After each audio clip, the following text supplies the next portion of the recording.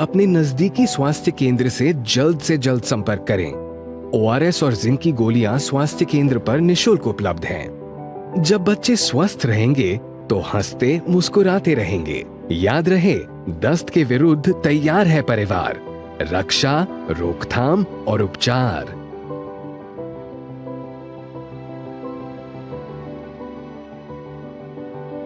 अधिक जानकारी के लिए आशा दीदी से संपर्क करें। स्वास्थ्य एवं परिवार कल्याण मंत्रालय द्वारा जनहित में जारी।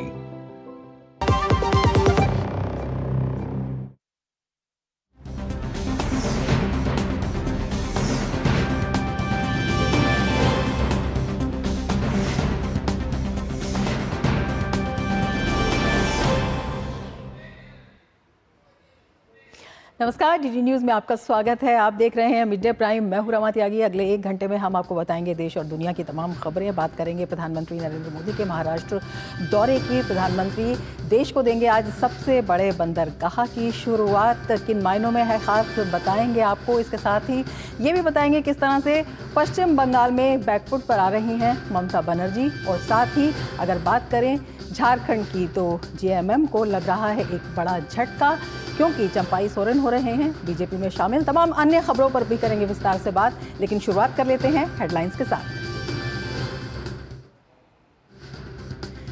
देश में 10 साल में $31 बिलियन का हुआ निवेश। स्टार्टअप में हुई 500 गुना वृद्धि। मुंबई के ग्लोबल फिनटेक फेस्ट में बोले प्रधानमंत्री। पीएम है आज महाराष्ट्र के दौरे पर।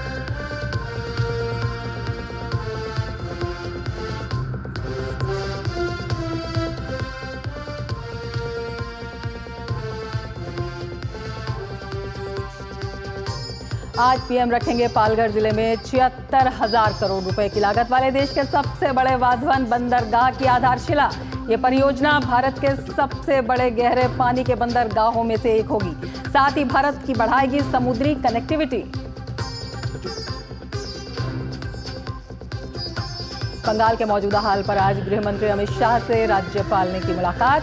वहीं नफरती भाषण देने के बाद बैकफुट पर ममता बनर्जी। कहा, नहीं देना चाहती थी डॉक्टरों को धमकी। बीजेपी के धरने का आज दूसरा दिन।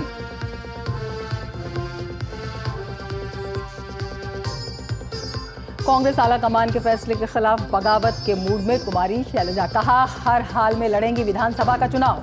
बीजेपी आज या कल जारी करती है प्रत्याशियों की पहली सूची।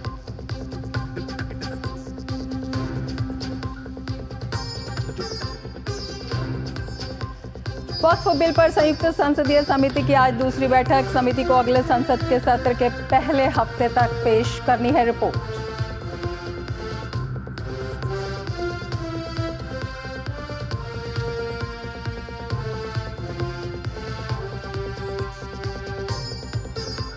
JMM से अलग होकर आज रांची में बीजेपी में शामिल होंगे चंपाई सोरेन। सोरेन ने पीएम मोदी के नेतृत्व पर जताया है भरोसा।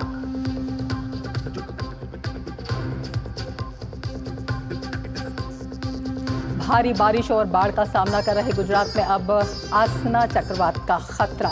सौराष्ट्र और कच्छ के ऊपर बन रहा है गहरा दबाव। अगले कुछ दिन भारी बारिश की चेतावनी।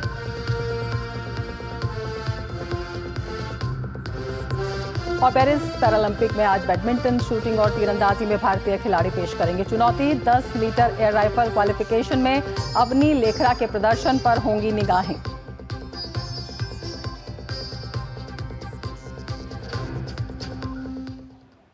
और अब विस्तार से समाचार। प्रधानमंत्री ने मुंबई स्थित जियो वर्ल्ड कन्वेंशन सेंटर में ग्लोबल फिनटेक फेस्ट 2024 में शिरकत की। उन्होंने फिनटेक से जुड़े नवाचारों की एक प्रदर्शनी का अवलोकन किया। प्रधानमंत्री मोदी ने फेस्ट को संबोधित करते हुए कहा कि दुनिया फिनटेक के मामले में भारत की विविधता को देखकर हैरान रह जाती है। एयरपोर्ट पर उतरने से लेकर स्ट्रीट फूड और शॉपिंग तक भारत की फिनटेक क्रांति हर जगह दिखाई देती है। प्रधानमंत्री ने अपने संबोधन में जनधन योजना का भी उल्लेख किया। उन्होंने कहा कि आज 53 करोड़ से अधिक लोगों के पास जनधन बैंक खाते हो गए हैं, यानी 10 साल में एक प्रकार से पूरी यूरोपियन यूनियन के बराबर आबादी को बैंकिंग सिस्टम से जोड़ा गया है। उन्होंने कहा कि जनधन योजना महिला सशक्तिकरण का बहुत बड़ा माध्यम बनी है। इस योजना में करीब 29 करोड़ से ज्यादा महिलाओं के बैंक खाते खुले हैं। जनधन आधार और मोबाइल के इस ट्रिनिटी ने एक और ट्रांसफॉर्मेशन को गति दी है। यूपीआई के बारे में बोलते हुए उन्होंने कहा कि दुनिया में भारत का यूपीआई फिनटेक का बहुत बड़ा उदाहरण बन गया है। आपको बता दें 28 अगस्त से ग्लोबल फिनटेक फेस्ट चल रहा है और आज इसका आखिरी दिन है।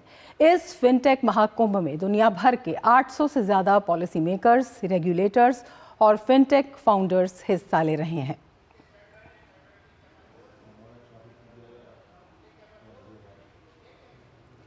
इस दौरान प्रधानमंत्री ने कहा कि देश 21वीं सदी की जरूरतों के मुताबिक आगे बढ़ रहा है। अब देश करेंसी से क्यूआर कोड तक पहुंच चुका है। भारत का यूपीआई फिनटेक दुनिया के लिए एक बड़ा उदाहरण है, लेकिन ये स्थिति 10 साल पहले नहीं थी।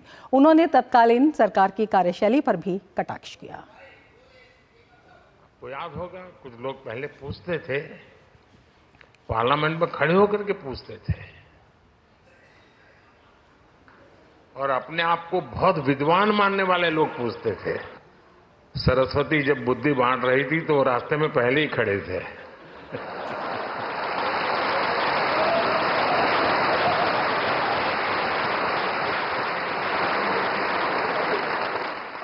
और क्या कहते थे? वो पूछते थे कि भारत में बैंक की इतनी ब्रांचेज नहीं है, गांव-गांव बैंक अवेलेबल नहीं है, इंटरनेट नहीं है, यहां तक पूछ लेते थे बिजली भी तो नहीं है, रिचार्जिंग कहां होगा, फिनटेक क्रांति कैसे होगी, ये पूछा जाता था। और मुझ जैसे एक चाय वाले को पूछा जाता था।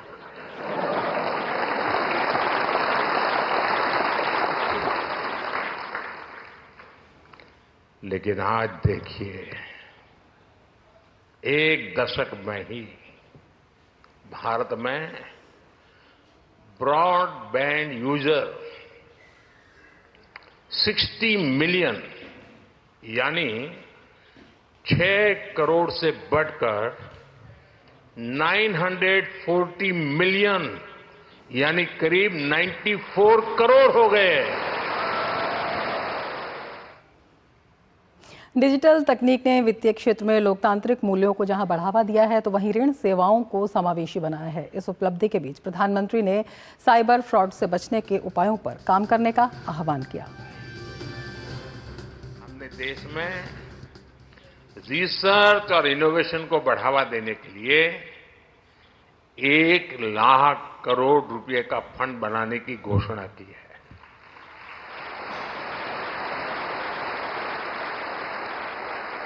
हमने डेटा प्रोटेक्शन कानून बनाया है। मेरी हमारे रेगुलेटर से भी कुछ अपेक्षाएं हैं। हमें साइबर फ्रॉड को रोकने के लिए और डिजिटल लिटरेसी के लिए और बड़े कदम उठाने होंगे। साइबर फ्रॉड, स्टार्टअप्स की, फिनटेक्स की ग्रोथ में रुकावट न बने, ये ध्यान रखना भी उतना ही जरूरी है। और ज्यादा जानकारी के साथ मुंबई से हमारे संवाददाता अजय मिश्रा इस वक्त हमारे साथ जुड़ रहे हैं। और आपको सीधे अभी हम बीजेपी मुख्यालय ले चलते हैं प्रेस कॉन्फ्रेंस में। कल ही आप लोगों को ध्यान होगा कि हिमाचल प्रदेश में वहां के मुख्यमंत्री ने हिमाचल प्रदेश के आर्थिक दिवालियेपन का इजहार किया है। श्रीमान राहुल गांधी कहा करते थे कि लोगों के खाते में खटाखट पैसे आएंगे। खटाखट पैसे तो नहीं आए, फटाफट जो है दिवाला जरूर पिट गया। इतना निश्चित है, जिस तरह से हिमाचल प्रदेश में कल सबके सामने आया है कि 9 जो हमारे देश के पहाड़ी राज्य हैं, उन 9 पहाड़ी राज्यों में सबसे अधिक आर्थिक बदहाली की स्थिति में हिमाचल प्रदेश है। और कर्ज में इस समय दूसरे पर कैपिटा डेट में, प्रति व्यक्ति कर्ज में हिमाचल प्रदेश इस समय देश का दूसरा सबसे अधिक प्रति व्यक्ति कर्ज वाला राज्य बन चुका है। हिमाचल प्रदेश पर इस समय 87,000 करोड़ रुपयों का कर्ज है और अगले वित्त वर्ष से पहले ही यह कर्ज का आंकड़ा 1 लाख करोड़ की सीमा को पार कर जाएगा। हिमाचल प्रदेश का सालाना बजट 58,444 करोड़ रुपयों का है और उसमें सिर्फ वेतन, पेंशन और पुराना कर्ज चुकाने में प्रतिवर्ष 42,079 करोड़ रुपए चले जा रहे हैं। और आपको याद होगा, इसी हिमाचल प्रदेश में ओल्ड पेंशन स्कीम की बात करके चुनाव जीता गया था। आज दिन तक ओल्ड पेंशन स्कीम लागू करने की उनकी हिम्मत नहीं हुई। ये अलग बात है कि केंद्र सरकार ने केंद्र के कर्मचारियों के लिए और जो राज्य चाहें उनके लिए यूपीएस स्कीम लागू कर दी है, लेकिन ये ओपीएस लागू करने का साहस किए बिना ही आज उनका दिवाला पिट चुका है। यही दशा कर्नाटक में भी हुई है। कर्नाटक का भी वहां परिवहन कर्मचारियों का वेतन उनके खातों में न जाने के कारण परिवहन के कर्मचारियों को हड़ताल तक करना पड़ा और कर्नाटक में उन्होंने बीते दिनों दूध का भाव बढ़ाया, पेट्रोल डीजल का भाव बढ़ाया, यहां तक कि पानी का भाव बढ़ा दिया। लेकिन आपको जानकर आश्चर्य होगा कि कल कर्नाटक की सिद्धारमैया की सरकार ने प्रीमियम शराब का भाव नीचे कर दिया। आपको याद होगा, फ्रांस की क्रांति के दौरान एंटोनियो ने कहा था कि अगर आपको ब्रेड नहीं मिलता तो आप केक खाइए। क्या कांग्रेस की सरकार यह संदेश देना चाह रही है कि आप अगर महंगा पानी ना पी पाए तो हम शराब सस्ती कर दे रहे हैं, शराब पिए? एक फ्रांस की एंटोनियो थी और एक कांग्रेस की सरकार है। अब उनकी कांग्रेस की सरकार की राजमाता का मैं नाम ले लूंगा, मूल वाला, तो कांग्रेस के तमाम नेता बहुत चिढ़ जाएंगे। उनकी ये दशा है। और ये लूट की सरकार जो है किस तरह की हरकतें करती है, आप सबने जो है कर्नाटक में देखा ही है कि सिद्धारमैया मुदा, उनका पूरा परिवार मुदा के जमीन घोटाले के मामले में आरोपों के घेरे में है। अब जो है उस पर भी उनको शांति नहीं मिली। उनके उप मुख्यमंत्री डीके शिव कुमार पहले से ही घोटालों के मामले में उनका जो है जांच से अभियोजन तक पहुंच गए हैं। अब उनके राष्ट्रीय अध्यक्ष मल्लिकार्जुन खड़गे के परिवार ने किस तरह से सिद्धार्थ विहार ट्रस्ट के नाम पर जमीन घोटाला किया है, ये सबके सामने है। हमारी मांग है कि इस मामले की सीबीआई जांच होनी चाहिए। जिस तरह से श्रीमान मल्लिकार्जुन खड़गे और कर्नाटक की सरकार में उनके मंत्री पुत्र प्रियांक खड़गे ने जिस तरह का जमीन घोटाला किया है, उस जमीन घोटाले की सीबीआई जांच होनी चाहिए। जिस तरह से सिद्धार्थ विहार ट्रस्ट, और इस सिद्धार्थ विहार ट्रस्ट में लोग कौन है, इसमें जो है उनकी अपनी पत्नी, अपने उनके मल्लिकार्जुन खड़गे के अलावा उनकी पत्नी राधाबाई खड़गे, उनके दामाद और गुलबर्गा के सांसद राधाकृष्ण डोड्डामणि, उनके बेटे और कर्नाटक सरकार मंत्री प्रियांक खड़गे और दूसरे बेटे राहुल खड़गे हैं। और जो लोगों के सामने मामला आया है उसमें साफ तौर पर दिखाई दे रहा है कि एरोस्पेस पार्क की इस जमीन को लेने के लिए 71 समूह प्रतीक्षा में थे, लेकिन सिंगल विंडो सिफारिश करके ये 5 एकड़ की का भूखंड मल्लिकार्जुन खड़गे को श्रीखंड समझ के परोस दिया गया। कांग्रेस की सरकार ने, सिद्धारमैया ने अपना खुद घोटाला किया, तो कहा अपने राष्ट्रीय अध्यक्ष को भी अगर एक घोटाले का लाभार्थी नहीं बनाया गया तो राष्ट्रीय अध्यक्ष नाराज हो सकते हैं। इसलिए उन्होंने ये जमीन दे दी। कर्नाटक की सरकार में सोशल वेलफेयर डिपार्टमेंट के मुख्य सचिव मेजर मणिवन्नन पी ने कर्नाटक की सरकार को पत्र लिखकर सरकार के ही सोशल वेलफेयर प्रोजेक्ट विभाग के लिए इस भूखंड की मांग की थी। उससे अधिक पात्रता और किसी की हो ही नहीं सकती थी। सोशल वेलफेयर, सामाजिक कल्याण की बजाय जो है ये परिवार कल्याण का कार्य प्रारंभ कर लिया गया। और ई ऑक्शन बिना किए, अगर इसका ई ऑक्शन किया जाता तो कर्नाटक की सरकार को 15 से 20 करोड़ रुपयों की राजस्व की प्राप्ति सुनिश्चित थी, लेकिन ये उन्होंने नहीं होने दिया। और क्या ये परिवार जो है, कर्नाटक के लोगों को जो है वेतन देने के लिए पैसे नहीं है, लेकिन राष्ट्रीय अध्यक्ष पर लुटाने के लिए उनके पास 15-20 करोड़ रुपयों की खैरात है। तो ये साफ बताता है कि लूट और कंगाली, जहां जहां कांग्रेसी जाते हैं, लूट और कंगाली लेकर आते हैं। और कल एक और घटना हुई है कर्नाटक में।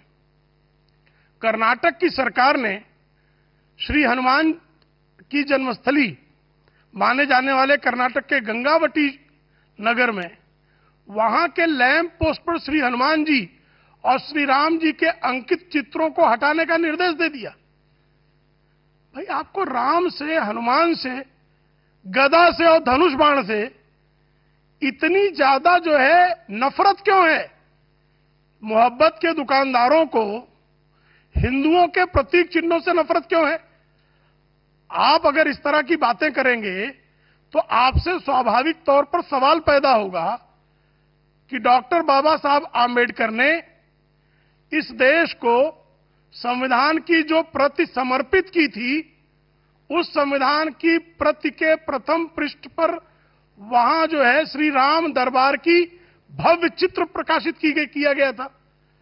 तो श्री राम दरबार को भी क्या डॉक्टर बाबा साहब आम्बेडकर और समग्र संविधान सभा, जिसमें राहुल गांधी के पूर्वज जवाहरलाल नेहरू जी भी शामिल थे, क्या वो सब सांप्रदायिक थे?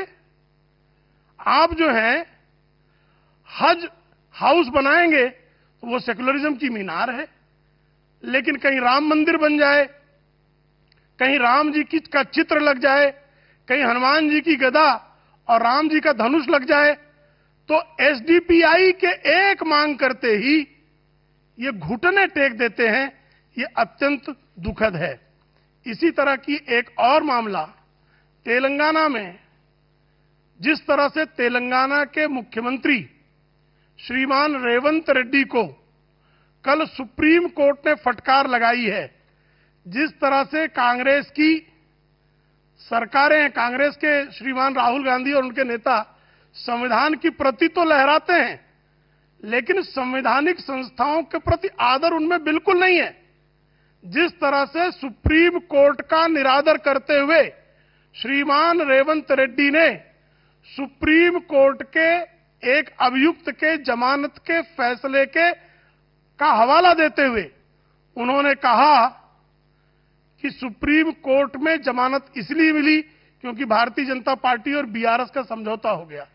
तो आप जो है संसद को अपमानित करें, कलंकित करें, आप निर्वाचन आयोग जैसी संवैधानिक संस्था के प्रति जो है अपमानास्पद बातें करें, और अब सुप्रीम कोर्ट के खिलाफ भी इस तरह की टिप्पणियां कांग्रेस कर रही है, जो अत्यंत निंदनीय है।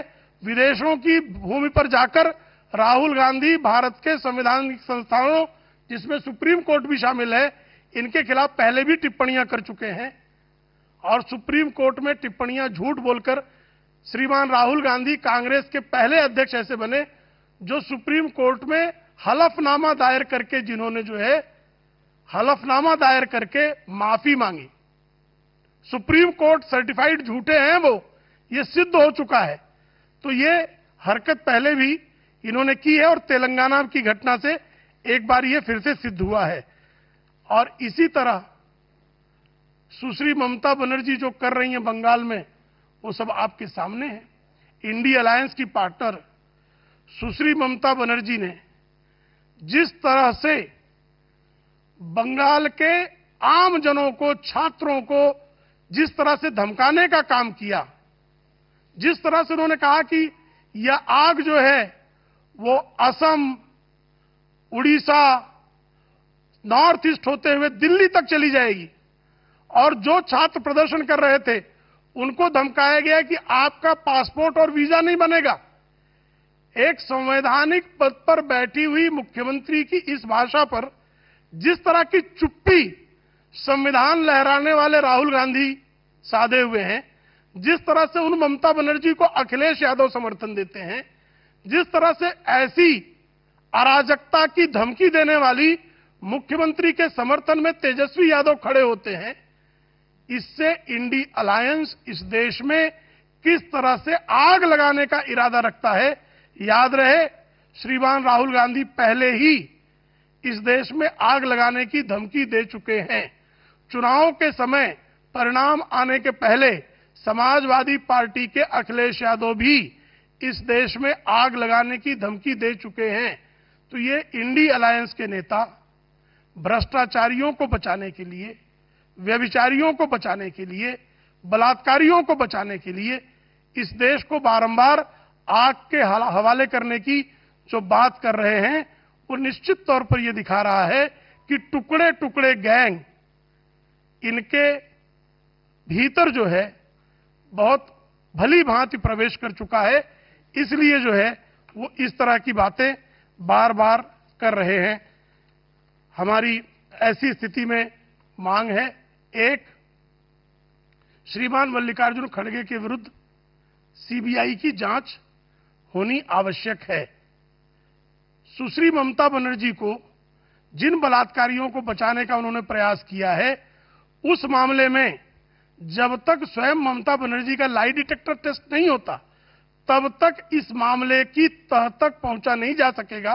कल जो टेप आए हैं, ऑडियो टेप्स, जिसमें बलात्कार पीड़िता के परिजनों को अस्पताल के एक अधिकारी द्वारा किए गए फोन में किस तरह से झूठ बोला गया, वो सिद्ध हुआ है।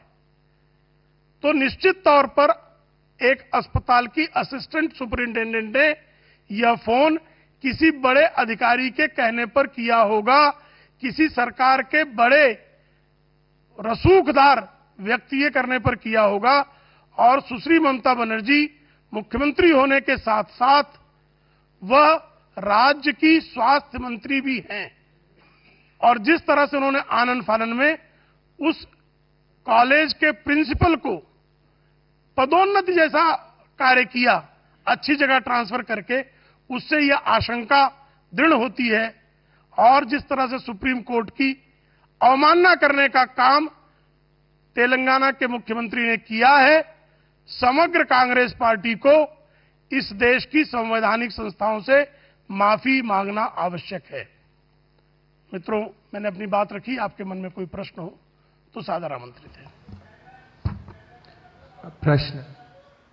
तो बीजेपी की प्रेस वार्ता का सीधा प्रसारण आप देख रहे थे, जिसमें हिमाचल प्रदेश की स्थिति और कर्नाटक में हुए घोटाले और पश्चिम बंगाल में जिस तरह से लगातार घटनाक्रम सामने आ रहा है, लेकर जमकर प्रहार किया है और कई मांगे भी की हैं। और अब हम आपको ले चलते हैं अपनी पहली खबर पर, जहां पर हम बता रहे थे प्रधानमंत्री नरेंद्र मोदी ने 5वें फिनटेक फेस्ट में हिस्सा लिया और कहा कि लगातार जो है इस दिशा में देश प्रगति कर रहा है और ये एक बड़े ट्रांसफॉर्मेशन की भी वजह बना है।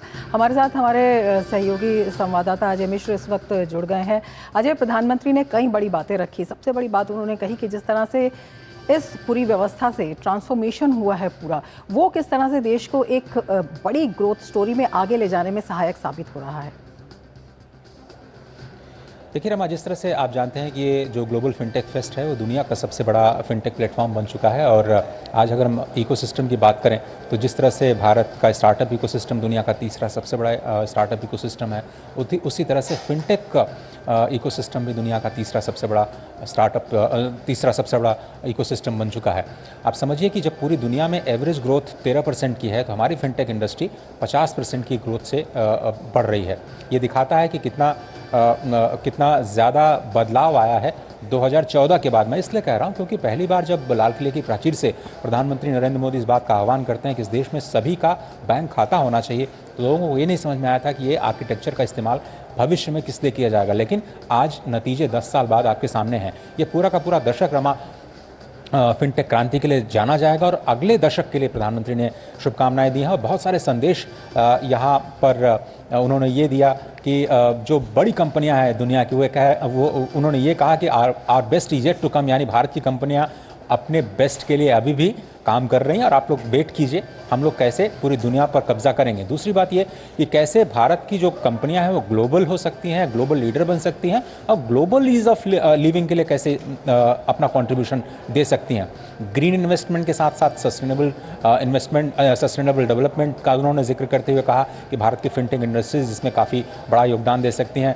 डिजिटल पब्लिक इंफ्रास्ट्रक्चर जो अभी तक एक बिग हिट साबित हुआ है, G20 के दौरान पूरी दुनिया ने उसका खुल करके स्वागत किया। अब हम DPI 2.0 की तरफ बढ़ रहे हैं, जहां पर ONDC यानी जो ओपन डिजिटल जो ONDC है उस प्लेटफॉर्म के जरिए हम पूरे ई-कॉमर्स की दुनिया को डेमोक्रेटाइज करना चाहते हैं। तो एक तरफ जहां विकसित देशों की बड़ी कॉरपोरेट लॉबीज़ का एक मॉडल है जिसमें कंपनियां सोल्यूशन बनाती हैं अपने इंजीनियर्स की मदद से, उसके बाद उसको बेचती हैं, हमने एक नया प्लेटफॉर्म तैयार किया। उस प्लेटफॉर्म के लिए ओपन एक्सेस दिया सभी स्टेक होल्डर्स को, जहां कंपनियां आती हैं, ग्राहक आते हैं, रेगुलेटर्स आते हैं, स्टार्टअप्स आते हैं और उस आर्किटेक्चर का इस्तेमाल करते हैं और स्वयं सरकार भी उस आर्किटेक्चर का इस्तेमाल करती है गवर्नेंस को रिफॉर्म करने के लिए। तो ईज़ ऑफ लिविंग में जो एग्जाम्पल सेट किया है भारत ने अपने यहाँ, वो अब दुनिया को बताने की कोशिश कर रहे हैं। स्पष्ट तौर पर उन्होंने कहा कि ये जो दशक है, अगला आने वाला दशक वो भारत के फिनटेक इंडस्ट्रीज़ का है और आने वाले दिनों में और बहुत सारे आर्टिफिशियल इंटेलिजेंस, जो आप मेरे पीछे देख रहे हैं, आर्टिफिशियल इंटेलिजेंस जो कि रिस्पॉन्सिबल होना चाहिए। उन्होंने कहा कि भारत अब कोशिश कर रहा है कि एक रिस्पॉन्सिबल AI फ्रेमवर्क बनाने के लिए पूरी दुनिया को एक साथ लाने की कोशिश की जाए और इसलिए प्रधानमंत्री ने अलग अलग स्टेक होल्डर्स को अलग अलग संदेश दिए हैं। रेगुलेटर्स को उन्होंने कहा कि फाइनेंशियल लिटरेसी पर जोर देने की ज़रूरत है, आपको साइबर फ्रॉड से बचाने की ज़रूरत है। तो अलग अलग लोगों के लिए अलग अलग संदेश प्रधानमंत्री ने स्पष्ट दिया, लेकिन तालियां बहुत ज़्यादा बजी जब उन्होंने कहा कि हमने एंजल टैक्स ख़त्म कर दिया है। तालियां उस वक्त बजी जब उन्होंने कहा कि हम बहुत सारे जो स्टार्टअप्स हैं उनको हम होमवर्क दे करके आए हैं। तालियां उस वक्त भी बजी जब उन्होंने कहा कि ये आपका 5वां संस्करण है, आपके 10वें संस्करण में भी मैं आऊँगा और तब आप एक बहुत बड़ी ऊंचाई पर होंगे। ये सारी चीज़ें मेरे ख्याल से it's a very very well received और ये काफ़ी सफल आयोजन कहा जाएगा। बिल्कुल, आपसे ये भी जानना चाहेंगे अजय कि प्रधानमंत्री ने वहाँ पर एक प्रदर्शनी का भी अवलोकन किया, उसमें भी जानना चाहेंगे किस तरह से अलग अलग स्टेक होल्डर्स से इसका जो उद्देश्य था वो क्या था और किस तरह से इसमें नवाचार और इस क्षेत्र में अगर हम नई दिशा कहते हैं वो दिखाई देती हुई दिखती है। देखिए यहाँ पर जो रिजर्व बैंक इनोवेशन हब का जो पवेलियन है वो शायद सबसे हिट रहा है। ऐसा इसलिए क्योंकि अब हम लोग जैसे UPI के सफलता को पूरे देश तक पहुंचा चुके हैं, अब हम यूनिफाइड लेंडिंग इंटरफेस पर काम कर रहे हैं जिसका जिक्र RBI गवर्नर ने किया और मुझे लगता है कि बहुत जल्दी इसको पब्लिक किया जाएगा, लॉन्च किया जाएगा। इसका पायलट बिल्कुल सफल किया जा चुका है। इसमें क्या है कि जो किसानों के लैंड रिकॉर्ड्स हैं वो डिजिटल प्लेटफॉर्म पे आ गए हैं, बैंक्स डिजिटल प्लेटफॉर्म पे आ गए हैं, 17 से ज़्यादा बैंक, और कंज्यूमर्स जो हैं अब केवल बैंक के पास जाएंगे और ऑटोमेटिकली AI के माध्यम से उनका लैंड रिकॉर्ड आ जाएगा, तो उनकी लोन की वर्दीनेस उनको बैंक्स को समझ में आ जाएगी, सैंक्शन तुरंत हो जाएगा, SMS के जरिए उनको पहुंच जाएगा और उनके खाते में पैसा चला जाएगा, आप जैसे DBT के जरिए जाता है। तो ये पूरा लोन का जो सिस्टम है उसको कैसे डेमोक्रेटाइज किया जाए, कैसे आसान किया जाए, अब वो अगला स्टेप है, वो एक चीज़। दूसरी बात, उन्होंने बहुत सारे इनोवेटर्स के साथ मुलाकात की, 3-4 इनोवेटर्स को उन्होंने कहा जब अभी आप पेमेंट करते हैं अपने कार्ड के माध्यम से या फिर मोबाइल फ़ोन के माध्यम से QR के ज़रिए, अब हो सकता है आप अपने स्मार्ट वॉच के ज़रिए पेमेंट कर पाएँ, हो सकता है आपके कार की जो की चेन है उसके ज़रिए आप पेमेंट कर पाएँ, हो सकता है कि आपकी जो गाड़ी है वो अपने आप में एक आपका मोबाइल वॉलेट बन जाए और आप जैसे ही जैसे आप टोल क्रॉस करते हैं उसी तरह से आप फ्यूलिंग कर पाएँ, रिफ्यूलिंग कर पाएँ अपने। तो ये पेमेंट्स के बहुत सारे सॉल्यूशंस, इंश्योरेंस सेक्टर से जुड़े हुए बहुत सारे सॉल्यूशंस आने वाले हैं और आर्टिफिशियल इंटेलिजेंस के बहुत सारे जो रिस्क्स हैं उनको कैसे मिटिगेट किया जाए, उनको कैसे साइबर फ्रॉड से कैसे बचाया जाए आम जनता को, उसके लिए भी इनोवेशंस करना लगातार बहुत ज़रूरी है। और प्रधानमंत्री ने शायद उन लोगों से 1-to-1 इंटरेक्शन में बहुत सारे ऐसे ही कुछ चैलेंजेस दिए, क्योंकि उनकी लगातार ये कोशिश रहती है कि कुछ नया आइडिया ज़रूर प्लांट करके जाएं जो इनोवेटर्स हैं उनके दिमाग में, और फिर जो स्टार्टअप कंपनियां हैं वो भी बढ़ चढ़ करके उसको एक चैलेंज के रूप में लेती हैं और सॉल्यूशन को लेकर के आती हैं। तो ये बहुत इंपॉर्टेंट उनका इंटरेक्शन हुआ, और जब वो इंटरेक्शन कर रहे थे और जब तस्वीरें DD न्यूज़ के माध्यम से यहाँ पर स्क्रीन पर आ रही थी तो उनके ग्रुप के लोग बहुत उत्साहित होकर के हौसला अफजाई कर रहे थे। उत्साह साफ तौर पर दिखाई दे रहा था। बहुत शुक्रिया अजय तमाम बातों को विस्तार से समझाने के लिए। धन्यवाद। आगे बढ़ेंगे। प्रधानमंत्री नरेंद्र मोदी आज महाराष्ट्र के पालघर जिले में दहानू के निकट वाधवन में भारत की सबसे बड़ी बंदरगाह परियोजना का शिलान्यास करने वाले हैं। प्रधानमंत्री ने वाधवन बंदरगाह परियोजना को देश के विकास में योगदान देने वाली विशेष परियोजना बताया है। पीएम मोदी ने कहा कि ये परियोजना महाराष्ट्र को प्रगति के पावर हाउस के रूप में फिर से स्थापित करेगी। प्रधानमंत्री पालघर में लगभग 76,000 करोड़ रुपए की वाधवन बंदरगाह परियोजना की आधारशिला रखने वाले हैं। वाधवन बंदरगाह परियोजना भारत के सबसे बड़े गहरे पानी के बंदरगाहों में से एक होगी और ये भारत की समुद्री कनेक्टिविटी को बढ़ाएगी और वैश्विक व्यापार केंद्र के रूप में इसकी स्थिति को और मजबूत करेगी। इसे 2030 तक शुरू करने का लक्ष्य रखा गया है।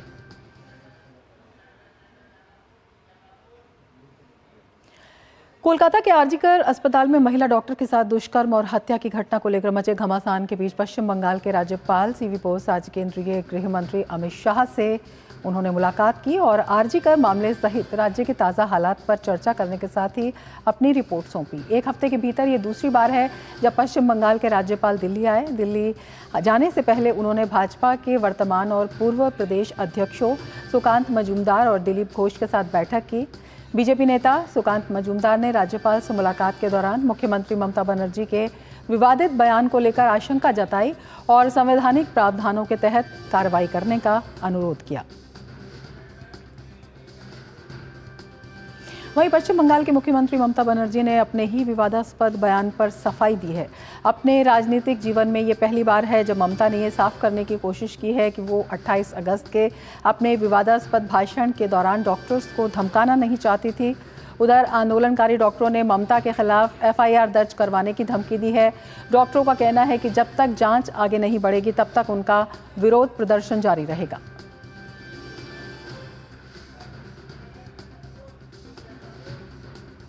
और कोलकाता में कल से 7 दिवसीय धरने की शुरुआत बीजेपी ने की है। आज इसका दूसरा दिन है। हाईकोर्ट से अनुमति मिलने के बाद पार्टी ने यह धरना शुरू किया है। हालांकि अदालत के आदेश के बाद भी आधी रात को मंच लगाने को लेकर कुछ विवाद हुआ।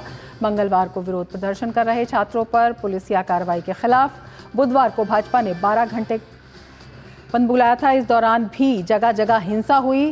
देसी बम से कई राउंड फायरिंग की घटनाएं हुई। मुख्यमंत्री ममता बनर्जी लोगों के आक्रोश को कम करने के बजाय हर किसी को धमकाने पर उतारू है।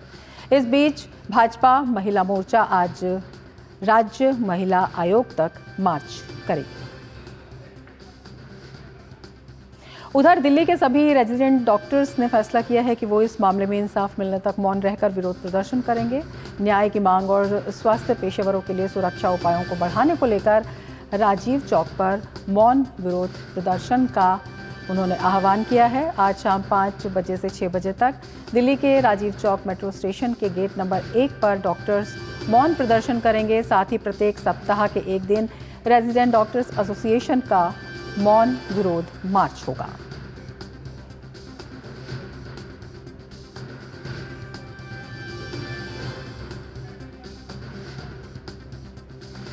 वहीं लोक जनशक्ति पार्टी रामविलास के राष्ट्रीय अध्यक्ष और केंद्रीय मंत्री चिराग पासवान ने पश्चिम बंगाल के मुख्यमंत्री ममता बनर्जी के विवादास्पद बयान पर जमकर हमला बोला है और केंद्र सरकार से राज्य में राष्ट्रपति शासन लगाने की मांग की है। आपका राज्य आज जिस तरीके से डर दहशत के साए में है, वहां पर जिस तरीके से एक महिला के साथ जितना निंदनीय उस घटना की जितनी निंदा की जाए उतना कम है। इस तरीके की घटना घटती है और आप क्या कर रही हैं? बदले में आप दोषारोपण कर रही हैं। आप दूसरे राज्यों में देख रही हैं। अपने राज्य को आप संभालिए मुख्यमंत्री ममता बनर्जी जी। आपका राज्य अगर संभला रहेगा, बाकी राज्य अपने अपने राज्यों को देखेंगे। पर इस तरीके से बयान देना कि मेरा राज्य जलेगा तो बाकी राज्य भी जलेंगे, बिहार भी जलेगा, देश भी जलेगा, ये कैसी सोच है? मैं तो आग्रह करूंगा केंद्र सरकार से कि वहां की वास्तु स्थिति का संज्ञान लेते हुए राज्य में राष्ट्रपति शासन, बंगाल राज्य में राष्ट्रपति शासन। और हमारे संवाददाता हमारे साथ जुड़े हुए हैं। हमारे साथ अजीत द्विवेदी जुड़े हुए हैं दिल्ली से और कोलकाता से हमारे साथ उर्मिलेश जुड़े हुए हैं। उर्मिलेश, सबसे पहले आपके पास आना चाहेंगे, आपसे जानना चाहेंगे इस वक्त किस तरह की स्थिति वहां पर ममता बनर्जी चौतरफा घिरती हुई नजर आ रही हैं? जी जी रमा, बिल्कुल जिस तरीके से आपने भी दर्शकों को बताया कि जो पश्चिमी बंगाल के जो हालात हैं वो चारों तरफ एक गुस्सा है लोगों में भी और तमाम राजनीतिक दल में, खासकर भारतीय जनता पार्टी की बात करें तो जिस तरीके से आपने भी बताया कि जो नवन्ना चलो जो नारा दिया था उसमें जो छात्रों पे लाठीचार्ज हुआ, उसके बाद बुधवार को बंगाल बंद की बात भारतीय जनता पार्टी ने की थी, उसमें भी तमाम हिंसा और झड़पें की घटना सामने आई हैं। उसके अलावा जो है कल यानी गुरुवार को जो है यहाँ पर भारतीय जनता पार्टी ने धरना शुरू किया है और ये धरना भी जैसे आपने बताया कि हाई कोर्ट से अनुमति लेनी पड़ी, तो आप समझ सकते हैं कि किस तरीके से यहाँ पर ममता बनर्जी जो है हालात हैं बंगाल के और ममता बनर्जी किस तरीके से यहाँ पर उसके प्रशासन का काम कर रहा है। साथ ही अगर बात की जाए तो आज रमा जहाँ पर हम खड़े हैं यहाँ पर कुछ देर बाद जो है भारतीय जनता पार्टी का जो महिला मोर्चा है वो यहाँ से मार्च करेगा राज्य जो महिला आयोग है वहाँ तक, और उन्होंने एक नारा दिया है महिला आयोग के जो ऑफिस पे ताला लगाने वाली जो बात उन्होंने कही है। बस यहाँ पर तैयारियाँ शुरू है, मेरे पीछे आप देख सकते हैं कि यहाँ पर जो है एक जो है तमाम पुलिस के बल जो है खड़ा है और साथ ही यहाँ पर जो है तमाम महिलाओं के जो नेता है भारतीय जनता पार्टी के जो कार्यकर्ता है वो यहाँ पर जो है आने शुरू हो गई है। ये कहा जा सकता है कि बंगाल की जो अभी स्थिति है और दूसरी तरफ ये कहा जा सकता है कि ममता बनर्जी जिस तरीके से अपने बयानों को लेकर के जो है कह सकते हैं कि चर्चा में बनने की कोशिश कर रही है, या जिस तरीके से वो बयान दे रही है तमाम राज्यों को लेकर, उन्हें जो बयान दिया था जिसके तमाम राजनीतिक दलों ने भी जो है कहीं ना कहीं एक निंदा की थी, उसमें तीखी प्रतिक्रिया अपनी दी थी। ऐसे में कहा जा सकता है कि बंगाल में जिस तरीके से माहौल है वो कहीं ना कहीं एक तरफ से एक सूबे के जो मुख्यमंत्री है महिला मुख्यमंत्री, और जिस तरीके से एक महिला डॉक्टर के जो है जघन्य अपराध होता है उसकी जो है हत्या होती है, उसको न्याय देने की बात होनी चाहिए थी। लेकिन कहीं ना कहीं ये कहा जा रहा है कि ममता बनर्जी जो है यहाँ पर अपनी राजनीति कर रही है इस पूरे जो प्रकरण है उस पर। रमा, हाँ, बने रहिए हमारे साथ। अजीत द्विवेदी भी हमारे साथ जुड़े हुए हैं। अजीत, आज पश्चिम बंगाल के राज्यपाल ने केंद्रीय गृह मंत्री अमित शाह से मुलाकात की है, क्या कुछ बातचीत, क्या कुछ पता लग पाया है इस बारे में? बिल्कुल रमा, देखिए पश्चिम बंगाल के राज्यपाल सीवी आनंद बोस का ये दूसरा दौरा है 12 दिन के अंदर दिल्ली का, और इस दौरे में उन्होंने आज जो है केंद्रीय गृह मंत्री अमित शाह से मुलाकात की है और करीब 1 घंटे से ज़्यादा ये मुलाकात चली है, ये बैठक चली है। और जो सूत्रों के हवाले से खबर आ रही है हमारे पास उसके अनुसार केंद्रीय गृह मंत्री से इस बारे में बात हुई है लॉ एंड ऑर्डर की जो स्थिति इस समय बनी हुई है पश्चिम बंगाल में, और जिस तरीके से वहाँ पर लगातार आंदोलन हो रहे हैं, लगातार जिस तरह के छात्र वहाँ पर सड़कों में हैं, और स्थानीय जो पुलिस है उसका जो रवैया रहा है जो लेडी डॉक्टर की हत्या और रेप हत्या के बाद में, उसको पूरे को लेकर यहाँ पर चर्चा हुई है। साथ ही सेंट्रल फोर्सेस को की क्या वहाँ भूमिका हो सकती है लॉ एंड ऑर्डर को मेंटेन करने के लिए, किस तरीके से वहाँ पर सेंट्रल फोर्सेस जो है अगर डिप्लॉय करने पड़े तो किस तरीके से वहाँ पर योजना बनाकर डिप्लॉयमेंट किया जा सकता है, इस पर यहाँ पर चर्चा हुई है। साथ ही पूरी जो स्थिति है इस समय लॉ एंड ऑर्डर की वहाँ पर पश्चिम बंगाल की, उसको लेकर यहाँ पर चर्चा हुई है। तो जो राज्यपाल हैं वो लगातार 12 दिन के अंदर दूसरी बार जो है वो दिल्ली आए हैं और उन्होंने केंद्रीय गृह मंत्री अमित शाह से इस बार मुलाकात की है, और एक बहुत महत्वपूर्ण ये मुलाकात मानी जा रही है। जो जिस तरीके से हालात पिछले कुछ दिनों से बने हुए हैं पश्चिम बंगाल में और अराजकता जैसी वहाँ पर पूरी फैली हुई है, उसको लेकर पूरी उन्होंने अपनी एक कह सकते हैं कि पूरी रिपोर्ट उन्होंने यहाँ पर दी है, पूरी उसकी चर्चा की है, और हर एक मसले पर चर्चा यहाँ पर हुई है, चाहे वो लॉ एंड ऑर्डर की बात हो, चाहे वहाँ पर सिविल जो वहाँ पर जो स्थानीय स्तर पर जो वहाँ पर जिस तरीके से राजनीति हो रही है उसकी बात हो, और दोषियों को बचाने की जिस तरीके से वहाँ पर स्थानीय सरकार ने, ममता सरकार ने कोशिश की है और शुरुआती दौर में, और जिस तरीके से ये जो डॉक्टरों का जो आंदोलन है वहाँ पर वो लगातार भड़क रहा है, लगातार वहाँ पर जो स्थानीय लोग हैं वो भी सरकार से नाखुश दिखाई दे रहे हैं, तो उसको लेकर भी खासतौर पर चर्चा हुई है। लेकिन बड़ी बात यहाँ पर ये हुई है कि लॉ एंड ऑर्डर को कैसे मेंटेन किया जाए पश्चिम बंगाल में, और जिस तरीके से ममता बनर्जी के बयान पिछले कुछ दिनों में आए हैं उसको लेकर भी चर्चा हुई है कि अगर लॉ एंड ऑर्डर की स्थिति बिगड़ती है तो सेंट्रल फोर्सेज जो है उनकी क्या भूमिका होनी चाहिए, सेंट्रल फोर्सेज किस तरीके से वहाँ पर लॉ एंड ऑर्डर मेंटेन कर सकती हैं, और संविधान के हिसाब से क्या क्या वहाँ पर प्रावधान हैं जिसके माध्यम से केंद्र जो है वहाँ पर लॉ एंड ऑर्डर की जो स्थिति है उसको मेंटेन कर सकता है। इन तमाम मुद्दों पर चर्चा हुई है। तो बहुत महत्वपूर्ण ये आज मुलाकात हुई है केंद्रीय गृह मंत्री अमित शाह की पश्चिम बंगाल के राज्यपाल के साथ में, और 1 घंटे से ज़्यादा ये मुलाकात यहाँ पर हुई है, चर्चा चली है।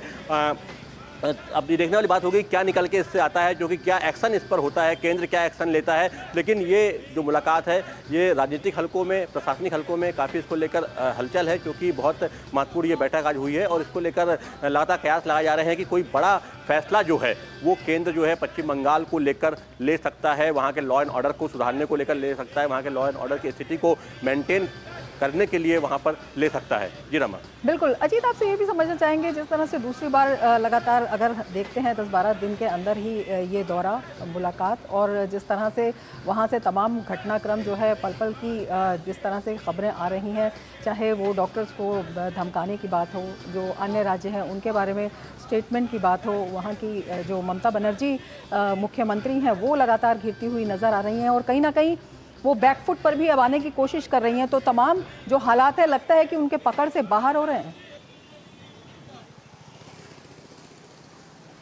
बिल्कुल अब देखिए, पिछले कुछ दिनों के अगर आप हालातों पर गौर करें, जिस तरीके से लेडी डॉक्टर का रेप और उसका मर्डर हुआ, उसके बाद से वहाँ की जो स्थानीय पुलिस थी उसकी भूमिका जिस तरीके से सामने आई और इतनी लापरवाही बरती गई, बाद में ममता बनर्जी का जो डॉक्टर जो प्रिंसिपल थे वहाँ के अस्पताल के केजी जो आरजी करके उनको बचाने की कोशिश की गई और तमाम जो बयान आए उसके बाद जो कार्रवाई की गई, कहीं ना कहीं बड़ा सवाल जो है पश्चिम बंगाल सरकार पर खड़ा करती है। उसके बाद से लगातार जो घटनाक्रम हुए हैं, वहाँ पर छात्र सड़कों पर आए, डॉक्टर सड़कों पर आए और बंगाल बंद का आह्वान भी किया गया। हावड़ा ब्रिज जो है उसको पूरा जाम किया गया, वहाँ पर पूरा जाम लगाया गया वहाँ के लोगों के द्वारा। और अभी जो सिचुएशन है उसको देखते हुए कहीं ना कहीं पूरी लॉ एंड ऑर्डर की स्थिति पूरी वहाँ पर धराशायी दिखाई दे रही है। राज्यपाल जो होते हैं वो संवैधानिक प्रमुख होते हैं राज्य में और कहीं ना कहीं केंद्र का प्रतिनिधित्व वहाँ पर करते हैं और उनकी जिम्मेदारी होती है कि जितनी भी वहाँ पर जो भी स्थिति है उसको जो है केंद्र को उससे अवगत कराएं, वहाँ की जो सिचुएशन है उससे अवगत कराएं। तो ममता बनर्जी जिस तरीके से लगातार सामने आ रही हैं, लॉ एंड ऑर्डर में पूरी तरीके से वो फेल वहाँ पर हो चुका है। जिस तरीके से जो पीड़िता है उसको न्याय मिलना चाहिए, उसके परिवार को न्याय मिलना चाहिए, लेकिन कहीं ना कहीं पूरे मामले में वो लिपापोती की जो कोशिश जो है लगातार सामने आती रही है और हाईकोर्ट को जो है इंटरफेयर करना पड़ा, तब जाकर वहाँ पर सीबीआई को जांच सौंपी गई। तो इसको लेकर लगातार जो है राज्यपाल वहाँ पर नज़र बनाए हुए हैं और केंद्र को लगातार वो आकर यहाँ पर तमाम जो वहाँ पर स्थिति है उससे अवगत करा रहे हैं। राष्ट्रपति शासन की मांग जो है लगातार तमाम जो एनडीए के घटक दल है उनके द्वारा की जा रही है और ये एक बड़ी बात है कि राष्ट्रपति शासन जो है वो भी इसी स्थिति में लगाया जाता है जब लॉ एंड ऑर्डर की स्थिति जो है वो राज्य में फेल हो जाए या संवैधानिक रूप से संविधान के अनुसार जो है राज्य सरकार अपने दायित्वों का निर्वहन करने में असफल हो जाए। और ऐसी ही स्थिति इस समय पश्चिम बंगाल में बनी हुई है, ऐसी स्थिति पश्चिम बंगाल में दिखाई दे रही है। हालांकि लगातार एनडीए के जो घटक दल है वो लगातार राष्ट्रपति शासन की मांग कर रहे हैं, लेकिन अभी तक ऐसी कोई संभावना जो है क्या बनती देखने वाली बात होगी। लेकिन अभी जो आज बात हुई है गृहमंत्री अमित शाह के साथ, वो लॉ एंड ऑर्डर की स्थिति को बनाए रखने के लिए सेंट्रल फोर्सेज का क्या योगदान हो सकता है वहाँ पर और सेंट्रल फोर्सेज किस तरीके से वहाँ पर अपनी भूमिका जो है, केंद्र अपनी भूमिका जो वहाँ पर निभा सकता है, इस पर खास तौर पर चर्चा हुई है। आगे घटनाक्रम जो है वो डिसाइड करेंगे कि केंद्र जो है वो जो उनकी अनुशंसा होती है राज्यपाल की, उनके अनुसार क्या निर्णय लेता है, जो कि राज्यपाल की अनुशंसा पे ही केंद्र कोई फैसला जो है वो राज्य के लिए ले सकता है। बिल्कुल, लगातार केंद्र की नजर जो है वो तमाम हालातों पर बनी हुई है। अजीत, आप भी नजर बनाए रखें और उर्मिलेश आप भी नजर बनाए रखें। फिलहाल शुक्रिया पूरी जानकारी के लिए। और मिड प्राइम में फिलहाल लेते हैं एक ब्रेक, आप देखते रहिए टीजी न्यूज। बात जब पीढ़ियों के लिए बनने वाले घर की हो तो जिम्मेदारी बड़ी हो जाती है। गैलेंट समझता है ये जिम्मेदारी। अब डबल एम रिब्स के साथ गैलेंट एडवांस टीएमटी रीबार, निर्माण का रियल हीरो। सुरक्षा की गारंटी हर चीज में जरूरी है, चाहे वो मुश्किल स्टंट हो या अच्छी फसल। इसलिए ले आइए IIL के ट्रैक्टर ब्रांड का शिनबार, जो देता है सुंडी और ट्रिप से सुरक्षा की गारंटी। ब्रेक के बाद फिर से आपका स्वागत है और अब बात करते हैं झारखंड की। झारखंड के पूर्व मुख्यमंत्री चंपाई सोरेन ने झामुमो से पूरी तरह से नाता तोड़ते हुए अपने नए अध्याय की ओर आगे कदम बढ़ा दिया है। वो आज बीजेपी में शामिल होंगे। उनका ये कदम झामुमो के लिए एक बड़ा झटका है। वहीं भाजपा में उनके शामिल होने से हान में बीजेपी और मजबूत होगी। चंपाई सोरेन रांची में आयोजित कार्यक्रम में भाजपा में शामिल होंगे और इस कार्यक्रम में खुद झारखंड भाजपा के चुनाव प्रभारी शिवराज सिंह चौहान और सह प्रभारी हिमंता बिस्वा शर्मा शामिल होंगे। तो चंपाई सोरेन ने झामुमो को कह दिया है अलविदा और चंपाई सोरेन आज बीजेपी में शामिल हो रहे हैं। उनके राजनीतिक करियर का ये नया अध्याय कहा जा रहा है और झामुमो को जहां एक बड़ा झटका है, वहीं बीजेपी के लिए उस पूरे क्षेत्र में एक मजबूती की बात कही जा रही है। पत्रकारों से बात करते हुए झारखंड के पूर्व मुख्यमंत्री चंपाई सोरेन ने कहा कि हमें भाजपा के रूप में अच्छा साथी मिला है। हम आज भाजपा की सदस्यता लेने जा रहे हैं। मैं झारखंड के विकास के लिए आदिवासियों के अस्तित्व को बचाने के लिए काम करूंगा। कभी ये भी सोचा कि हम रास्ता में कोई अच्छा साथी मिलेगा तो हम झारखंड के लिए हम सक्रिय रूप से राजनीतिक फिर से कर्म करें। इसीलिए हमको साथी मिल गया, बड़ा दल मिल गया देश के अंदर, और भारतीय जनता पार्टी में आज हम सदस्यता ग्रहण करेंगे। हम जो बड़ा ज्वलंत मुद्दा है आदिवासी का अस्तित्व का जो संकट पैदा हुआ, हम देखा कि दूसरा दल से हम इस बात को नहीं रख सकते हैं, इसीलिए हम भारतीय जनता पार्टी को हम चुना। और देश का प्रधानमंत्री नरेंद्र मोदी के ऊपर विश्वास एवं गृह मंत्री अमित शाह के ऊपर विश्वास मेरा आज। और ज़्यादा जानकारी के लिए रांची से दिवाकर हमारे साथ जुड़े हुए हैं। दिवाकर, आपसे यही जानना चाहेंगे, चंपाई सोरेन को हमने सुना, उन्होंने कहा कि आज हम भाजपा की सदस्यता ग्रहण करने जा रहे हैं और बीजेपी के रूप में एक अच्छा साथी हमें मिला है। और जिस तरह का बॉडी लैंग्वेज उनका था और जिस तरह से उन्होंने बात की, जो भाव भंगिमा थी, वो दिखा रही थी कि कहीं ना कहीं अंदर से वो झामुमो में बड़े हताश हो चुके थे। क्या वजह इसकी? देखिए, निश्चित तौर पर झामुमो में हताश और निराश ये अपने जो सोशल मीडिया पोस्ट है इसके जरिए उन्होंने व्यक्त भी किया। कल भी जब मैं उनसे 1 to 1 मिल रहा था और उसके बाद जो हमारी बातचीत हो रही थी, तो वो जो एक कह सकते हैं ना बॉडी लैंग्वेज, वो साफ तौर पर झलक रहा है कि जो पुराना घर जिसको उन्होंने सींचा था करीब 40 वर्षों तक, अपनी जो राजनीतिक कैरियर थी उसको वहाँ पर उन्होंने दाव लगाया था। और उसके बाद जो झारखंड मुक्ति मोर्चा को खड़ा कराने में गुरुजी के साथ उनका बड़ा योगदान था, तो वैसे घर को छोड़ने में निश्चित तौर पर उन्हें लगता है कि आखिरी समय में उनके साथ वहां पर नाइंसाफी हुई। उन्हें हेमंत सोरेन के जेल जाने के बाद मुख्यमंत्री बनाया गया, लेकिन जैसे ही जमानत पर वो रिहा होकर आते हैं तो उन्हें फिर कुर्सी गंवानी पड़ती है। तब से एक जो उनका बॉडी लैंग्वेज था वो कहीं ना कहीं वो अपमानित महसूस कर रहे थे कि उन्हें कुर्सी पर बैठाकर फिर कुर्सी से उतार दिया गया। तो वो जो एक अपमान था, वो जो एक टिस था, उसको लेकर हमेशा उनके मन में एक चुभन दिख रही थी। और जब वो पिछले 1 हफ्ते से 10 दिनों से जब ये राजनीतिक उठापटक की जो दौर चल रही थी और जब ये खुलकर सामने आ गया जेएमएम से और हेमंत सोरेन से बाकायदा नाराज है चंपाई सोरेन, तो उनके बॉडी लैंग्वेज में भी चीजें खुलकर दिखने लगी। हालांकि उन्हें मंत्री पद देकर जेएमएम की ओर से शांत कराने की कोशिश की गई, लेकिन जो एक अंदर में उनके पीछे जो दर्द था और जिस तरीके से उनकी एक अब कह सकते हैं कि पिछले कुछ दिनों में अवहेलना हुई, वो अब साफ तौर पर खुलकर सामने आ गया। और वो अब खुलकर बोलने लगे हैं कि झारखंड मुक्ति मोर्चा जो है वो अपने नीतियों और जो विचारधारा थी और जिसको लेकर बनाया गया था उससे भटकती हुई नजर आ रही है। और वैसे में उन्हें भारतीय जनता पार्टी में ही अब दिखता है कि झारखंड का अगर विकास हो सकता है, आदिवासियों की अस्मिता की रक्षा हो सकती है, संथाल में जिस तरीके से डेमोग्राफी बदलाव का मुद्दा उभर कर सामने आया, ये तमाम जो मुद्दे हैं वो भारतीय जनता पार्टी के साथ ही जाने पर सॉल्व हो सकता है या उसका निदान हो सकता है। तो वैसे में चंपाई सोरेन ने जो एक दूसरा लगातार जब उन्होंने सोशल मीडिया पर पोस्ट किया था तो 2-3 विकल्प उन्होंने खुले रखे थे कि अपना संगठन तैयार करेंगे या फिर राजनीति से संन्यास लेंगे या फिर कोई अच्छा साथी मिलेगा तो हम उस पर जाएंगे। तो जैसा कि अभी आप सुझाव भी रहे थे कि चंपाई सोरेन ने साफ तौर पर कहा कि अच्छा साथी के रूप में मुझे बीजेपी मिल गया है और बीजेपी के साथ हम जा रहे हैं और झारखंड के विकास में उनके साथ सहयोग करके काम करेंगे। जब मैं कल बातचीत कर रहा था चंपाई सोरेन से तो उन्होंने साफ तौर पर कहा कि प्रधानमंत्री नरेंद्र मोदी और केंद्रीय गृह मंत्री अमित शाह की जो पॉलिसीज है और जिस तरीके से वो आदिवासी अस्मिता की रक्षा को लेकर आगे आए हैं और आदिवासियों को लगातार महत्व दे रहे हैं, उससे निश्चित तौर पर उनके मन में विश्वास पैदा हुआ है और उसके बाद उन्होंने भारतीय जनता पार्टी ज्वाइन करने का मन बनाया है। जी बिल्कुल, एक बड़ा झटका जो है वो झामुमो के लिए ये माना जा रहा है। आपसे जानकारी आगे लेंगे, लेकिन फिलहाल बहुत शुक्रिया तमाम जानकारी के लिए। मिड डे प्राइम में आगे बढ़ने से पहले वक्त है एक ब्रेक का। आप देखते रहिए टीजी न्यूज।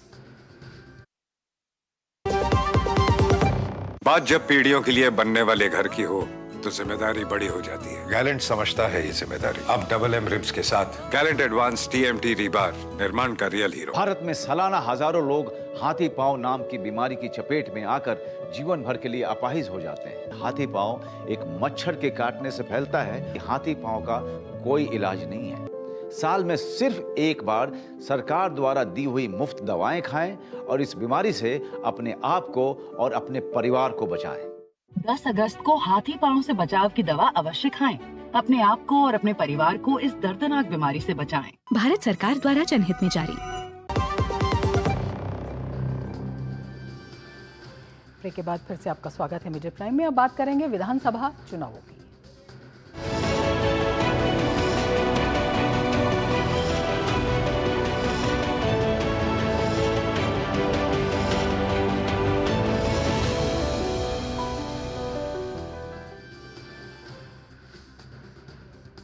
हरियाणा चुनाव से पहले सीएम की कुर्सी पर कलह तेज हो गई है।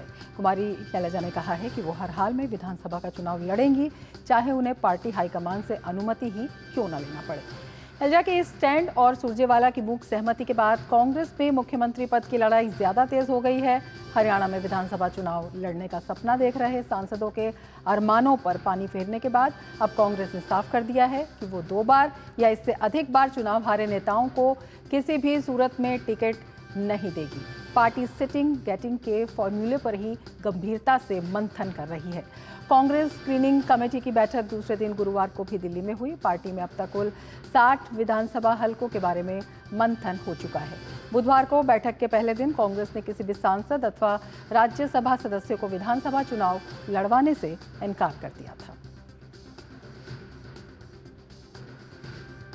हरियाणा विधानसभा चुनाव के लिए बीजेपी उम्मीदवारों की पहली सूची आज या कल जारी हो सकती है। प्रधानमंत्री नरेंद्र मोदी की मौजूदगी और बीजेपी अध्यक्ष जेपी नड्डा की अध्यक्षता में हुई केंद्रीय चुनाव समिति की बैठक हरियाणा पर फोकस थी। कहा जा रहा है कि हरियाणा के 50 से ज्यादा उम्मीदवारों के नामों पर मुहर लग गई है।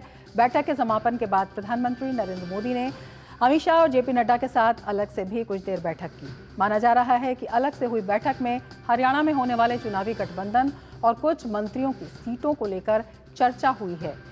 न्यूज एजेंसी एएनएस के मुताबिक बताया जा रहा है कि मुख्यमंत्री नायब सिंह सैनी इस बार करनाल की बजाय लाडवा विधानसभा सीट से चुनाव लड़ सकते हैं। सैनी जब मार्च में हरियाणा के मुख्यमंत्री बने थे तब वे विधायक नहीं बल्कि करनाल लोकसभा सीट से सांसद थे। ये भी बताया जा रहा है कि हरियाणा में चुनावी गठबंधन को लेकर आरएलडी के जयंत चौधरी और हरियाणा लोकहित पार्टी के मुखिया गोपाल कांडा के साथ बातचीत अभी अंतिम दौर में है।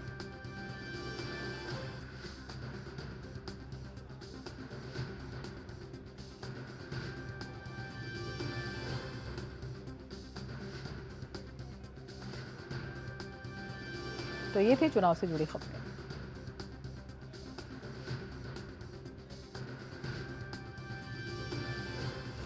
और सीधे अब हम आपको ले चलते हैं महाराष्ट्र के पालघर। प्रधानमंत्री नरेंद्र मोदी जो है वहां पर बातचीत करते हुए महाराष्ट्र को आज केंद्र की बड़ी सौगात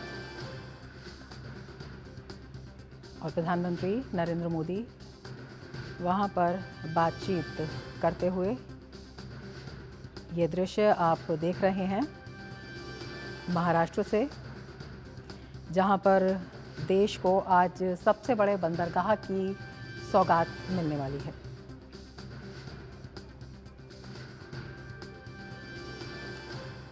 प्रधानमंत्री नरेंद्र मोदी जो हैं वो महाराष्ट्र के दौरे पर हैं और महाराष्ट्र को आज बड़ी सौगात मिलने वाली है। देश का जो सबसे बड़ा बंदरगाह है वो मिलने वाला है और अपने आप में अगर हम देश की समुद्री कनेक्टिविटी की बात करते हैं, अगर हम जो नौवहन है उसमें नवाचार की बात करते हैं और उसमें जो नई संभावनाओं की बात करते हैं, उसको देखते हुए ये अपने आप में काफ़ी महत्वपूर्ण है। प्रधानमंत्री का आज का दौरा 76,000 करोड़ रुपए से ज़्यादा की परियोजनाएं हैं। इसके अलावा भी प्रधानमंत्री और कई परियोजनाओं की सौगात देंगे, लेकिन सबसे महत्वपूर्ण इसमें बताया जा रहा है देश को आज जो सबसे बड़ा बंदरगाह मिलने वाला है।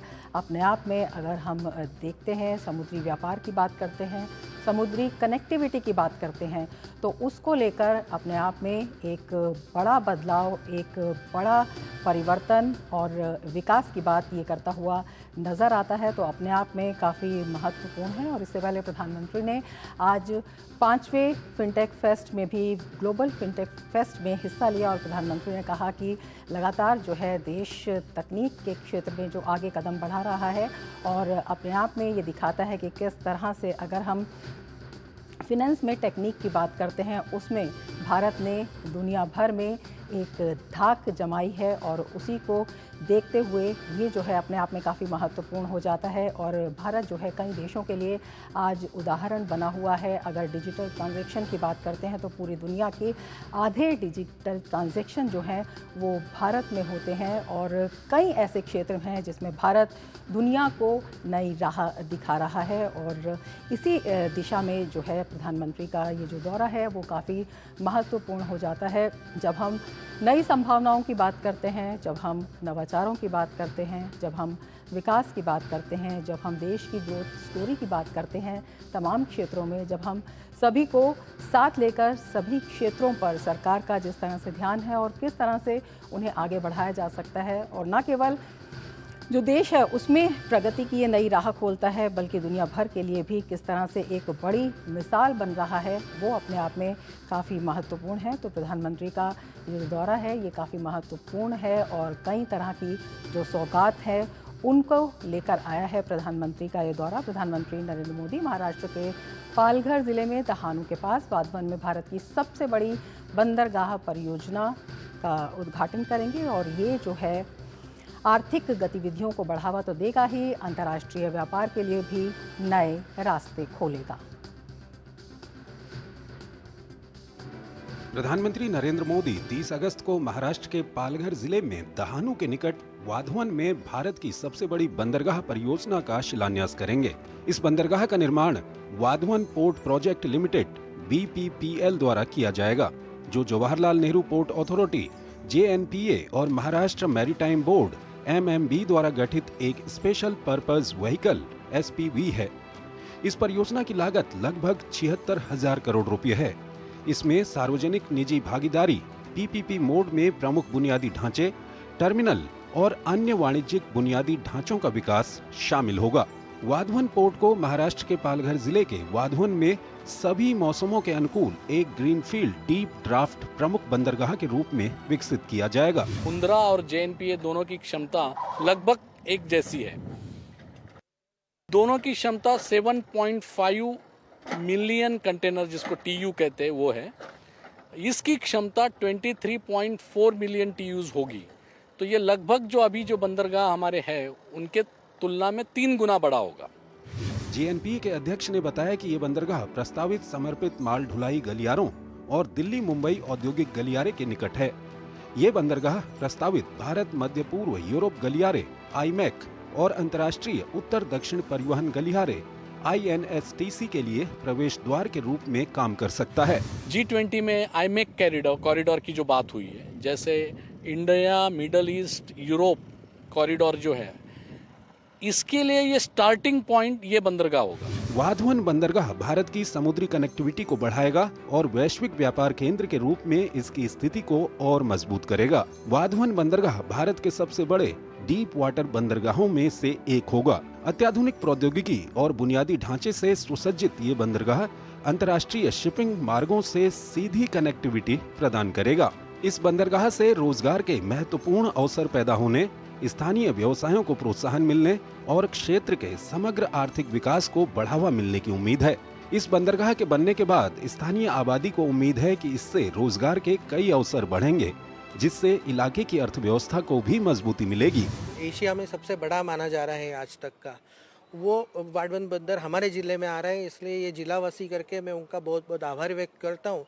जो वाधवन बंदर बना है वो सबसे पहले तो हमारे पालघर जिले की सबसे खुशी की बात है कि बहुत अच्छा कर रहे हैं। आज के तारीख में भारत में सबसे बड़ा पोर्ट पालघर में आने वाला है और उस वजह से पालघर का नाम पूरे वर्ल्ड में होने वाला है। ये परियोजना प्रधानमंत्री गति शक्ति कार्यक्रम के उद्देश्यों के अनुरूप है, जो आर्थिक गतिविधियों को बढ़ावा देगी। इस परियोजना से लगभग 12 लाख व्यक्तियों को प्रत्यक्ष और अप्रत्यक्ष रूप से रोजगार मिलेगा, जिससे यहाँ की अर्थव्यवस्था भी मजबूत होगी। इसका सीधा फायदा भारत की अर्थव्यवस्था को होगा और साथ ही साथ यहाँ के स्थानीय लोगों को भी। ऐसे में आने वाले समय में वाधवन बंदर एक गेम चेंजर प्रोजेक्ट उभर कर सामने आ सकता है। शीर शिलार, DD न्यूज, पालघर। आगे बढ़ते हैं। मौसम विभाग ने आज गुजरात के अलग अलग हिस्सों में अत्यधिक भारी बारिश की संभावना जताई है। इसके साथ ही विभाग ने सौराष्ट्र और कच्छ क्षेत्रों में भारी बारिश की चेतावनी के साथ ही अगले कुछ दिनों के लिए रेड और येलो अलर्ट जारी किया है। पिछले 3 दिनों में गुजरात में मूसलाधार बारिश ने 26 लोगों की जान ले ली है और बाढ़ प्रभावित इलाकों से करीब 17,800 लोगों को बचाया गया है। मौसम विभाग ने बताया है कि सौराष्ट्र और कच्छ के ऊपर बना गहरा दबाव आज उत्तर पूर्व अरब सागर के ऊपर चक्रवाती तूफान में बदला जा सकता है। आज सौराष्ट्र और कच्छ के अलग अलग स्थानों पर अत्यधिक भारी बारिश रहने और उसके बाद कम होने की संभावना है। आईएमडी के मुताबिक सौराष्ट्र के ऊपर कुछ दिनों से बने गहरे दबाव से अरब सागर के ऊपर एक चक्रवात के रूप में बदलने की अनुकूल परिस्थितियां बन रही हैं। गुजरात के ऊपर बने गहरे दबाव के पश्चिम दक्षिण पश्चिम की ओर बढ़ने, कच्छ और उससे सटे सौराष्ट्र और पाकिस्तान के तटों से उत्तर पूर्व अरब सागर तक जाने की वजह से ये आज चक्रवाती तूफान में तब्दील हो सकता है। मौसम विभाग के मुताबिक ये अगले 2 दिनों तक भारतीय तट से दूर उत्तर पूर्व अरब सागर में पश्चिम दक्षिण पश्चिम की ओर बढ़ना जारी रखेगा। तो अरब सागर के ऊपर चक्रवात में बदल सकता है गहरा दबाव और चक्रवात के रूप में बदलने की अनुकूल परिस्थितियां जो हैं वो दिखाई दे रही हैं। सौराष्ट्र और कच्छ के ऊपर ये गहरा दबाव बना हुआ है। सौराष्ट्र और कच्छ क्षेत्रों में भारी बारिश की चेतावनी भी है और अगले कुछ दिनों के लिए रेड और येलो अलर्ट जारी है। तो चक्रवात का खतरा जो है वो लगातार बना हुआ है। अगले कुछ दिनों के लिए रेड और येलो अलर्ट भी जारी किया गया है।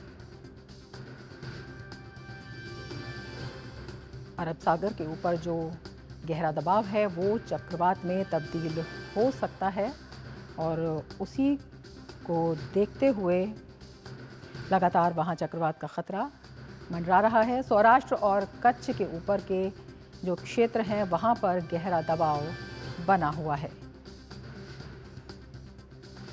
और अब नजर डाल लेते हैं कुछ और अन्य अहम खबरों पर। विदेश मंत्री एस जयशंकर ने पाकिस्तान को लेकर बड़ा बयान दिया है। उन्होंने कहा कि पाकिस्तान से वार्ता का दौर खत्म हो गया है। ऐसे में दोनों देशों के रिश्तों के भविष्य पर विदेश मंत्री ने स्पष्ट रूप से कहा कि इसका मतलब ये नहीं कि हम चुप बैठेंगे। घटनाक्रम चाहे अच्छा हो या बुरा, भारत उस पर प्रतिक्रिया जरूर देगा। I think the era of uninterrupted dialogue with Pakistan is over. Actions have consequences. And insofar as Jammu and Kashmir is concerned, I think 370 is done. So the issue today is what kind of relationship can we possibly contemplate with Pakistan. India is content to continue at the current level of relationship. Maybe yes, maybe no.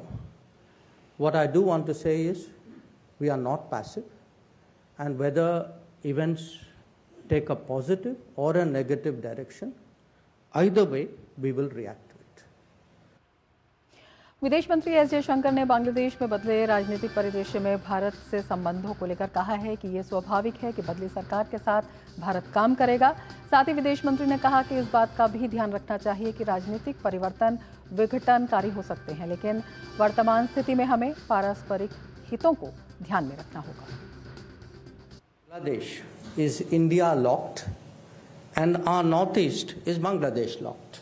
Now, all of you are also aware that with Bangladesh, since its independence, our relationship has gone up and down. And it is natural that we will deal with the government of the day. But we also have to recognize that there are political changes, and the political changes can be disruptive. And clearly here we have to look for mutuality of interest.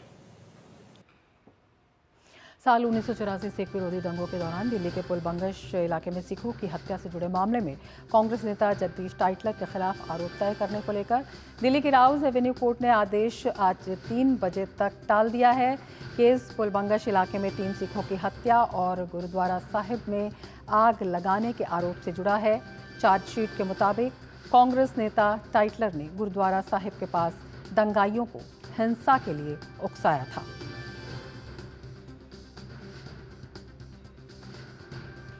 नक्सलियों के खिलाफ देश के 4 राज्यों में NIA छापेमारी कर रही है। इससे पहले भी एनआईए ने नक्सलियों के खिलाफ छापे मारकर देश विरोधी गतिविधियों में शामिल नक्सलियों को गिरफ्तार किया था और बड़ी संख्या में आपत्तिजनक साहित्य, गोला बारूद और इलेक्ट्रॉनिक डिवाइस जब्त किए थे। ये छापे उसी जांच की कड़ी में मारे जा रहे हैं। इसके अलावा एनआईए पंजाब में भी छापे मार रही है, जो विश्व हिंदू परिषद नेता विकास प्रभाकर की हत्या के मामले में है। इधर प्रवर्तन निदेशालय भी देश के 4 राज्यों में छापे मार रहा है, जो मनी लॉन्ड्रिंग से संबंधित है।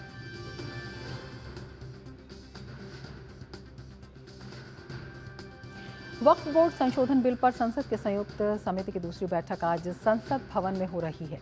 जेपीसी के अध्यक्ष जगदम्बिका पाल की अध्यक्षता में हो रही बैठक में आज ऑल इंडिया सुन्नी जमीयत उलेमा मुंबई और Indian Muslim for civil right Delhi के लोग बिल पर अपने सुझाव देंगे। समिति को अपनी रिपोर्ट अगले संसद के सत्र के पहले हफ्ते तक रखनी है। इससे पहले 22 अगस्त को नई दिल्ली में जेपीसी की पहली बैठक आयोजित की गई थी।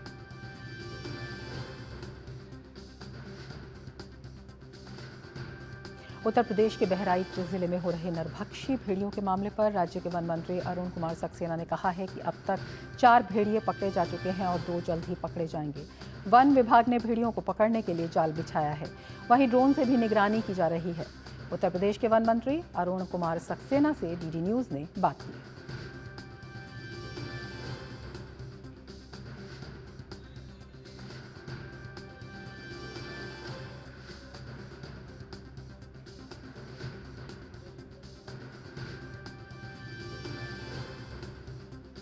तो वन विभाग मुस्तैद है, लगातार वहां पर निगरानी जारी है। गांव के लोगों की सुरक्षा के लिए पुख्ता इंतजाम है। आतंक इस समय है, तकरीबन वहां पर 7 लोगों की मौत हो गई है। हमारे साथ प्रदेश के वन मंत्री हैं, इनसे जानते हैं आज एक भेड़िया पकड़ा गया है, अब तक क्या स्थिति है भेड़िया ऑपरेशन को लेकर? देखिए, आपको मालूम है कि भेड़ियों ने वहाँ आतंक मचाया, एकदम से आ गए ये भेड़िए। जो हमने कैमरे लगाए हैं, ड्रोन लगाए हैं, उससे पता लगा कि कुल वहाँ पे 6 भेड़िए थे, जिसमें से 4 पकड़ गए हैं, 2 अभी भी बाकी हैं। आखिर ये भेड़िए हिंसक क्यों हुए और लगभग 16 टीमें आप लोगों ने लगा रखी हैं जो दिन रात वहाँ पर सर्च ऑपरेशन कर रही हैं, क्या कुछ कारण रहे? देखिए, इधर बारिश ज़्यादा हुई, बाढ़ आई, जिससे जानवरों के रहने की जो थी जगह, जो मान बनाता है इसमें रहता उसमें पानी भर गया। जब भेड़िए को बैठने की जगह नहीं मिली, वो शहर की तरफ को ऊंचे स्थानों की तरफ आया और यहाँ पर उसे गन्ने के खेत में सुरक्षित जगह भी मिल गई और उसे रहने का बैठने की जगह भी सूखी मिल गई। अब पर प्रधान वन संरक्षक वहीं पे मौजूद है, टीम के साथ लीड कर रहे हैं। किस तरीके से सर्च ऑपरेशन चल रहा है वहाँ पर? हम हर तरह से सूचनाएं एकत्रित कर रहे हैं और जहाँ भी है भेड़िया को चारों तरफ से घेर रहे हैं। केजेस लगाए गए, पिंजरे लगाए गए ताकि अगर इसमें आ जाए, और नहीं तो जाल डाल के या ट्रैंकुलाइज करके उन्हें पकड़ा जाएगा और तुरंत पकड़ने के लिए उनको निर्देश दिए गए। तकरीबन 35 गाँव के आसपास खतरा बताया जा रहा है। वो कितना बड़ा एरिया है? आप तो वहाँ जाकर देख कर आए हैं। ये 35 गांव हैं। इन सभी गांवों में हमने जनता को इस काम में सहयोग के लिए अपील की है और उनसे कहा है कि वहाँ पे आए भेड़िया मित्र बनाइए, जो कि अगर किसी को कोई सूचना मिलती है वो और सब लोगों को दें। तो ये थे प्रदेश सरकार के वन मंत्री अरुण कुमार सक्सेना जी, जो बता रहे थे कि भेड़ियों को पकड़ने के लिए सर्च ऑपरेशन जारी है। वहाँ 16 टीमें मौजूद हैं जो लगातार निगरानी रख रही हैं। ड्रोन के द्वारा निगरानी रखी जा रही है और जल्द ही जो बचे 2 भेड़िए हैं उनको भी पकड़ा जाएगा। कैमरामैन रामजी वाजपेयी के साथ Vikas Singh, DD news, Lucknow. UP सरकार के मत्स्य पालन मंत्री डॉक्टर संजय निषाद ने एमएलसी डॉक्टर प्रज्ञा त्रिपाठी, विधायक नानपाड़ा राम निवास वर्मा, भाजपा जिला अध्यक्ष ब्रजेश पांडे अधिकारियों के साथ महसी तहसील के ग्राम रायपुर के मजरा दीवानपुरवा पहुंचकर शोकाकुल परिवार को ढांढस बंधाया। साथ ही पीड़ित परिवार को हर संभव सहायता प्रदान करने का भी आश्वासन दिया।